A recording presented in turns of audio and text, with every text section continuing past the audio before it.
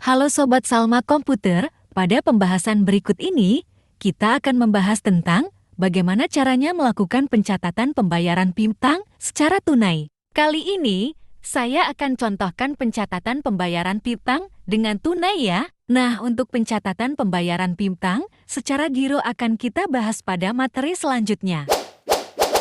Pencatatan pembayaran piutang secara tunai dari customer akan mengakibatkan adanya dua hal, yaitu pengurangan nilai piutang dan penerimaan kas dan bank.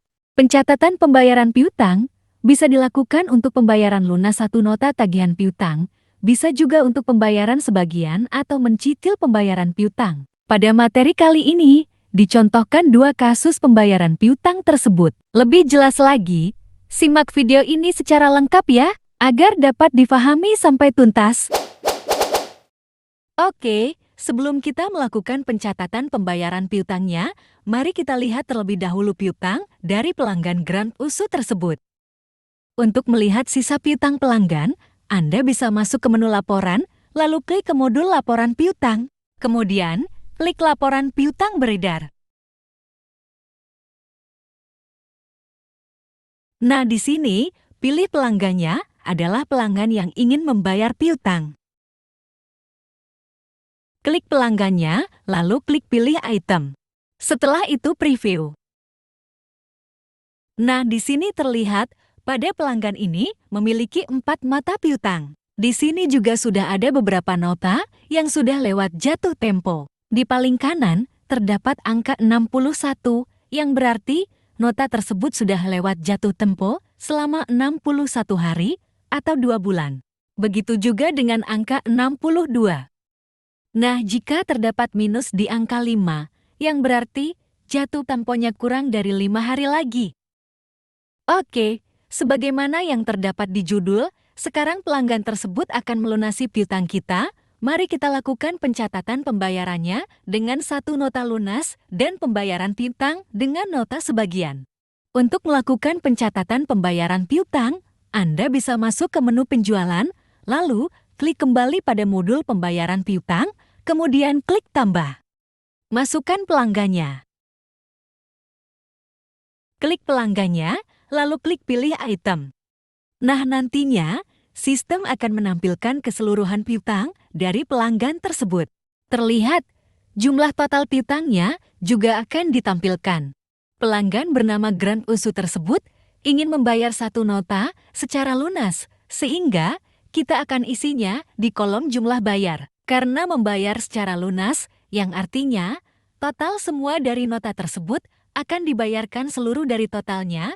Misalnya di sini terdapat piutang satu nota senilai 2.500.000, yang berarti ketika pelanggan ingin melunaskan piutangnya, pelanggan tersebut harus membayar senilai 2.500.000. Dan pada nota yang kedua, pelanggan hanya membayar sebagian dari totalnya, misalnya pelanggan tersebut hanya membayar 50% saja. Di sini terlihat total piutangnya itu 3 juta, karena pelanggan hanya membayar 50%, maka pelanggan tersebut hanya membayar senilai 1.500.000.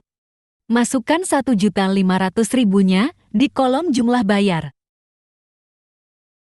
Oke, setelah sudah diinput, pada kolom total bayar akan menampilkan seluruh dari total bayar piutangnya. Karena pelanggan tersebut ingin membayar dengan transfer, yang berarti pilih kas dan banknya ke akun bank kita. Misalnya, saya akan pilih ke rekening bank BCA, nantinya akan mengakibatkan adanya penambahan kas dan bank ke rekening kita, dan jumlah piutang pelanggannya juga akan berkurang. Tentukan kode akunnya ke rekening bank BCA. Nah, setelah sudah dimasukkan, nantinya saldo dana rekening bank BCA kita akan bertambah senilai dari 2 nota yang sudah dibayarkan secara lunas maupun dengan nota bayar sebagian. Kemudian, untuk cara bayarnya dengan menggunakan tunai. Karena pelanggan ini membayar dengan ditransferkan ke rekening kita, maka dari itu, cara bayarnya adalah menggunakan tunai. Pengertian cara bayar tunai ini yang berarti, baik membayar dengan ditransferkan ataupun membayar dengan uang tunai. Setelah semuanya sudah diatur, tuliskan keterangannya ya. Silahkan Anda isi dengan cara mengisi format nama pelanggannya dan ditambahkan dengan nomor transaksinya. Ini berguna ketika ingin mencetak mata laporan buku besar. Nantinya pada kolom keterangan akan menampilkan nama pelanggan beserta dengan nomor transaksinya. Nah, jika sudah, Anda bisa klik simpan. Setelah sudah tersimpan, mari kita lihat sisa piutangnya. Untuk melihat sisa piutangnya, Anda bisa masuk ke menu laporan. Kemudian, klik ke modul laporan piutang. Lalu klik laporan buku piutang per transaksi. Setelah itu, masukkan pelanggannya adalah pelanggan Grand USU atau pelanggan yang tadi sudah melakukan transaksi pembayaran piutang. Nah, untuk awal periode transaksi ini akan menyesuaikan dari tanggal transaksinya karena transaksi penjualan piutang yang sudah dibayar terdapat di bulan April atau bulan 4, yang berarti ubah bulan periode awalnya menjadi bulan April.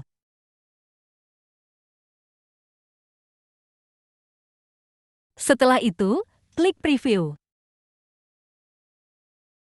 Nah, di sini terlihat terdapat pengurangan piutang yang sudah dibayarkan dari pelanggan ke kita senilai Rp2.500.000 yang sudah dimasukkan ke rekening Bank BCA kita. Untuk itu, karena tadi sudah terdapat dana masuk, maka kita akan melihat perubahan saldo dana rekening Bank BCA kita.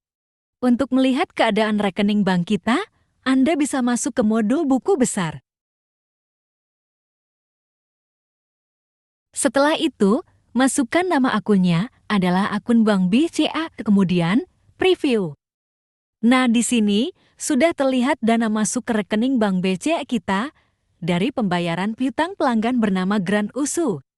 Dan demikianlah pada pembahasan mengenai pencatatan pembayaran piutang secara tunai dengan nota lunas maupun dengan nota sebagian. Terima kasih telah menonton Salma Komputer dan jangan lupa untuk subscribe channel ini agar Anda mendapatkan tutorial-tutorial ke toko menarik lainnya. Bagi yang ingin training program ke toko, Anda bisa menghubungi nomor berikut ini agar Anda bisa mengetahui lebih lanjut tentang program ke toko.